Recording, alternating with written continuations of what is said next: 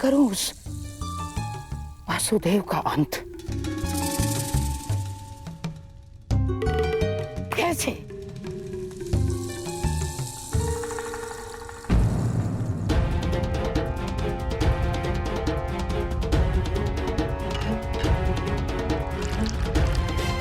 गांधार नरेश, मदिरा।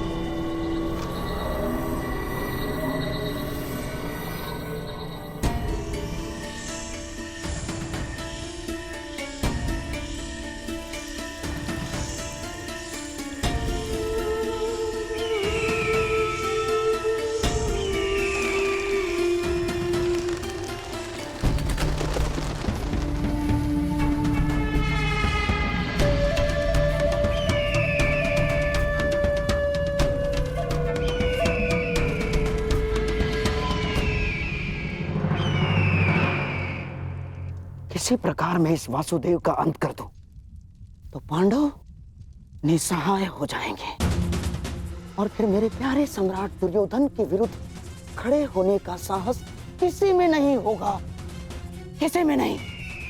हाँ?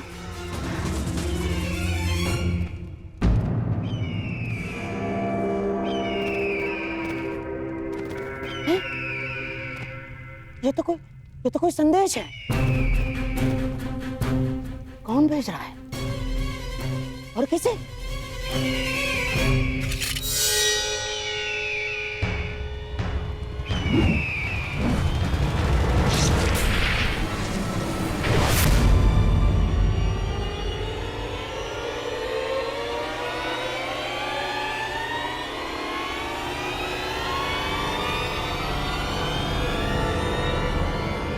संदेश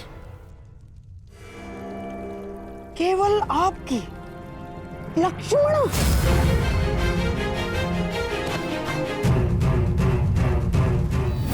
क्या है ये? क्या है ये? तुम्हें ज्ञात भी है तुम क्या करने जा रही थी? हैं? कृष्ण का पुत्र सांब और दुर्योधन की पुत्री लक्ष्मणा।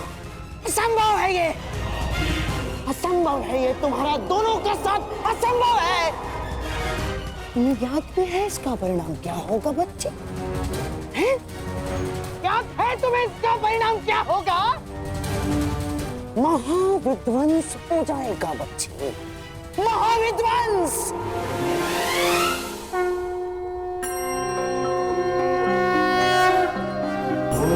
त्र्यंबकं यजामहे सुगंधिं पुष्टिवर्धनम्। महोदय जी, यहाँ तो विवाह का आयोजन था ना, क्या वो समाप्त हो गया? कैसा विवाह भद्र?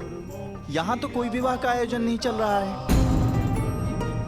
कदाचित आप भिन्न स्थान पर आ गए हैं।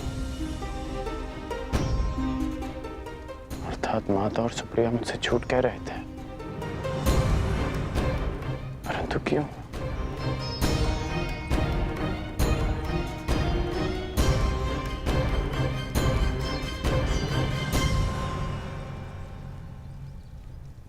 ये तो अनुचून का मित्र है।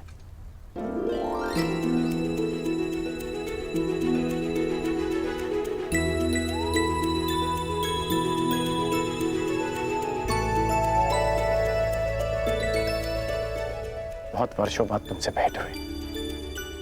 कैसे हो तुम? मैं बहुत अच्छा हूँ, परंतु आप यहाँ भ्राताकर्ण? मैं अपने पुत्र ऋषियन की खोज कर रहा हूँ। मुझे किसी ने बताया था कि वो इस मंदिर में किसी के विवाह में सम्मिलित होने आया है। वो आपको यहाँ नहीं मिलेगा भ्राताकर्ण। वो सदा अपने प्रिय स्थल पर होता है। प्रिय स्थल? वृषसेन! कहाँ हो वृषसेन? पुत्र कहाँ हो तुम? वृषसेन!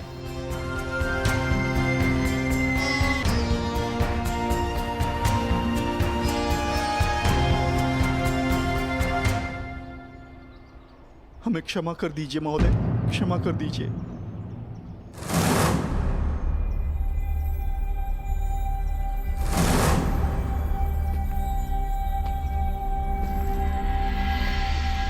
ऐसा करने से पहले तुम्हें इसके परिणाम को सोच लेना चाहिए था। अनेक मनुष्यों ने तुमसे इसी प्रकार निवेदन किया होगा, परंतु तुम दुष्टों ने कभी किसी की याचना सुनी? कौन है ये सब और किस बात की क्षमा मांग रहे हैं? और ये कौन है? हर बार तुम लोगों को एक और अवसर दिया गया, परंतु तुम लोग फिर भी नहीं सुधरे और इसी कुमार्ग पर चलते रहे। परंतु अब समय आ गया है कि तुम्हें तुम्हारे कर्मों का फल भुगतना ही होगा। मैंने तुम्हें साक्ष्य समेत पकड़ा है। अब तुम नहीं बच सकते। नहीं महोदय, ऐसा न करें महोदय, ऐसा न करें, हमें क्षमा कर दीजिए। लूटा हुआ धन हम पुनः स्त्री को लौटा देंगे, पर हमें क्षमा कर दीजिए प्रभु, हमें क्षमा। लूटा हुआ धन लौटा देने मात्र से तुम्हारे पापों का प्रायश्चित नहीं हो जाएगा दुष्टों।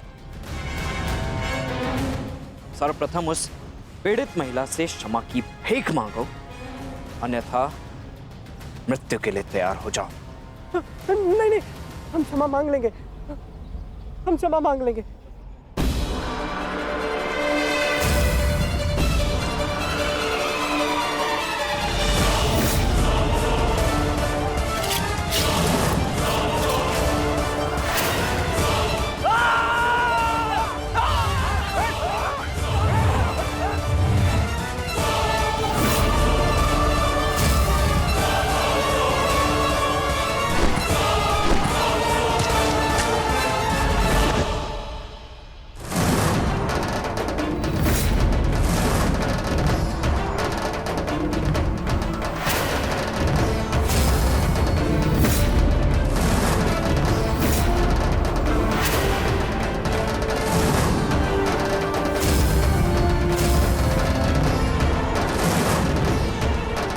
वृषसेन,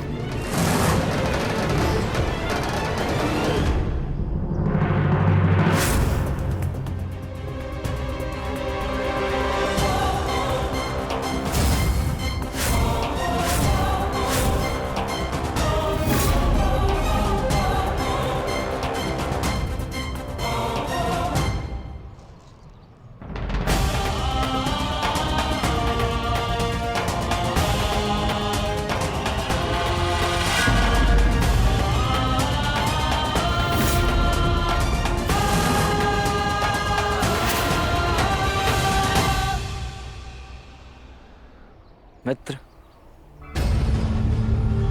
उस स्त्री को उसका धन लौटा दो और इन शवों को भी अंतिम संस्कार दे दो। हमारा मंतव्य यहां पूर्ण हुआ। जिनसे मिलना था उनसे मिल चुके, अब न किसी से मिलना शेष है और न किसी को उत्तर देना।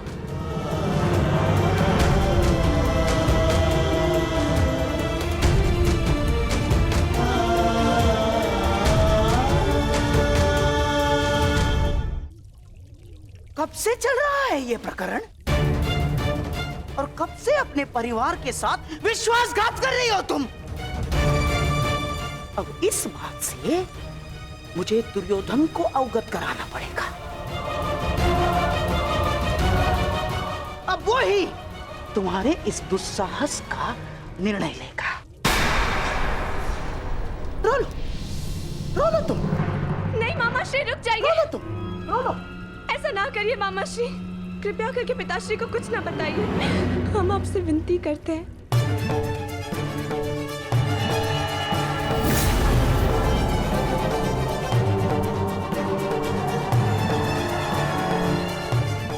हमें क्षमा कर दीजिए मामा श्री, आपका भरोसा तोड़ने के लिए हम क्षमा चाहते हैं। बहुत बड़ी भूल हो गई हमसे। भूल गई थी मैं कि मैं ऐसा संबंध जोड़ने का स्वप्न देख रही जो कभी जुड़ ही नहीं सकता। प्रेम ने मेरी विचार क्षमता नष्ट कर दी। हमें क्षमा कर दीजिए, परंतु कृपया करके पिताश्री को कुछ मत बताइए। उन्हें पता चलेगा तो उनके हृदय को बहुत ठेस पहुंचेगी। उन्हें कुछ मत बताइए।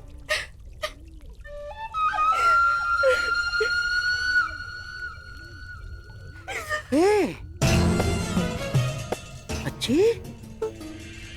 ना, तुम आओ आओ। क्या बैठो?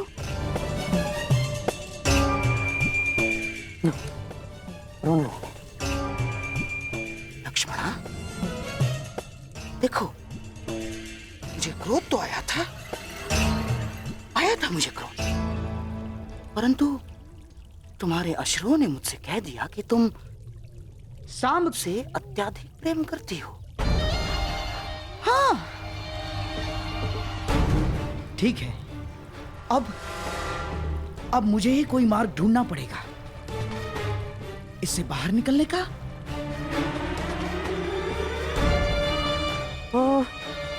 तुम क्या सांब को अभिमन्यु के विवाह में ला सकती हो? बताओ ना, बुला सकती हो तुम? हाँ, परंतु पिताश्री भी वहां होंगे ना? वही तो मैं चाहता हूँ लक्ष्मणा। केवल तुम्हारे पिताश्री नहीं, अपितु तुम्हारे पिताश्री दुर्योधन के साथ साथ सांब के पिताश्री कृष्ण भी वहां उपस्थित होंगे।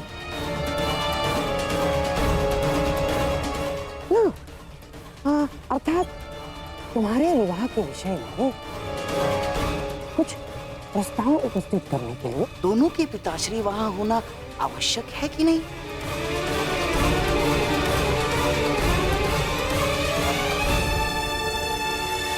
परंतु पिताश्री कभी नहीं मानेंगे। ना ना ना, तुम दुर्योधन की चिंता बिल्कुल मत करना, मैं उसे समझा दूंगा। सच? हाँ, अरे मैं अपनी लक्ष्मणा के लिए इतना भी नहीं कर सकता।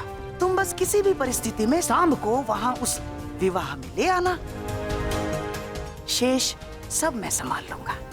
हाँ? धन्यवाद मामाश्री। सांब अवश्य आएंगे, हम अभी से संदेश भेजते। हाँ।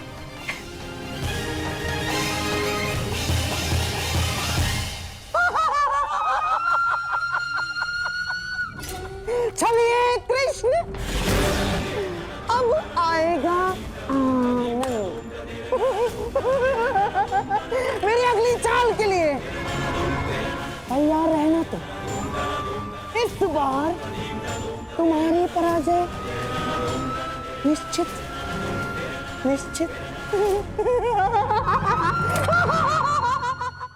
पुत्र मैं हूँ, मैं तुम्हारा पिता। तुमने मुझे पहचाना नहीं, परंतु मैंने तुम्हें देखते ही पहचान लिया। तुम्हें मालूम, बचपन में मैं बिल्कुल तुम्हारे जैसा दिखता था। हाँ,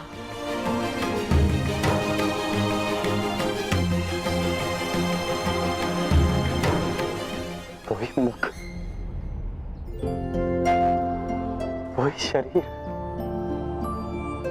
जैसे मेरा ही प्रतिबिंब हो।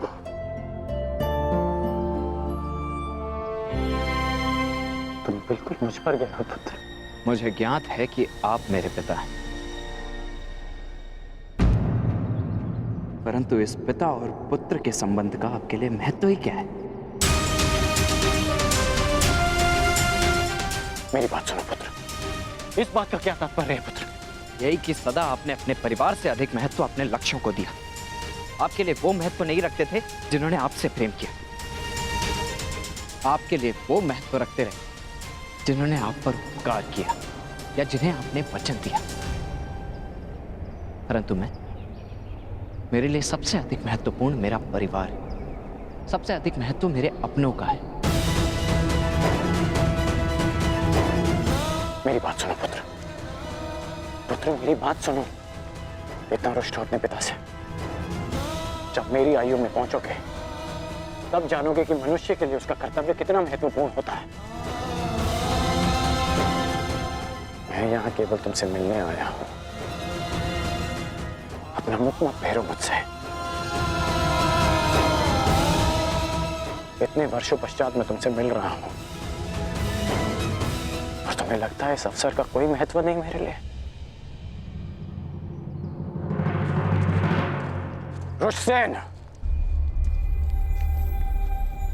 क्या हो गया तुम्हें?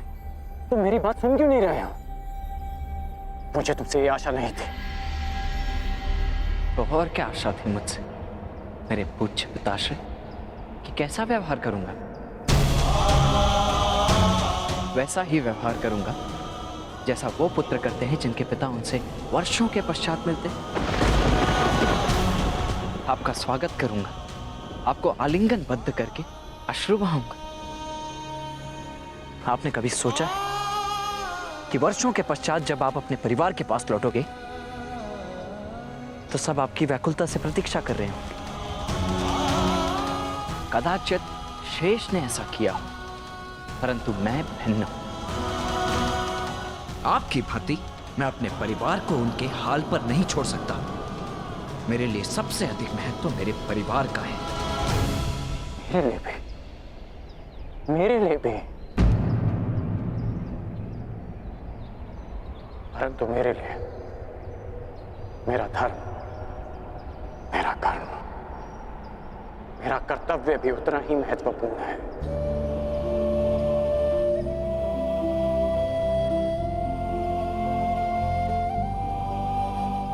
मैं आया था पुत्र,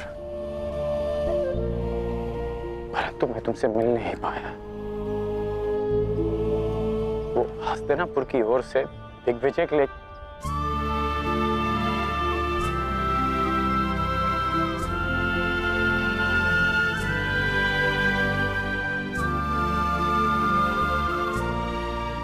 अच्छा तुम ही बता, यदि मनुष्य केवल अपने लिए जिएगा, अपने ही सुख के बारे में सोचेगा, तो क्या हमारी आने वाली पीढ़ी का धर्म से विश्वास नहीं उठ जाएगा?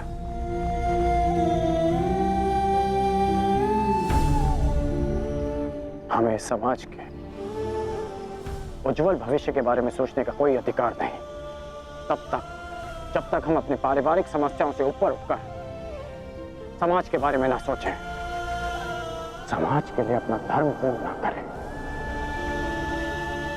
पुत्र, जीवन स्वार्थ नहीं, परमार्थ है।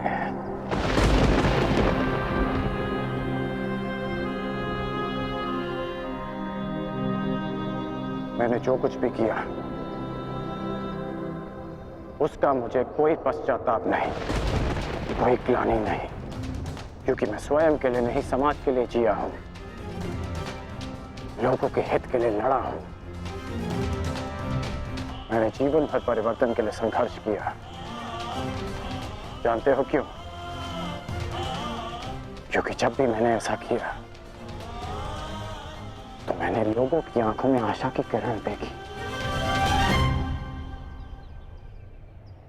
संसार में परिवर्तन लाने से पूर्व हमें स्वयं में परिवर्तन लाना चाहिए। इसलिए मैंने ये सब किया पुत्र। और यदि मैं ऐसा नहीं करता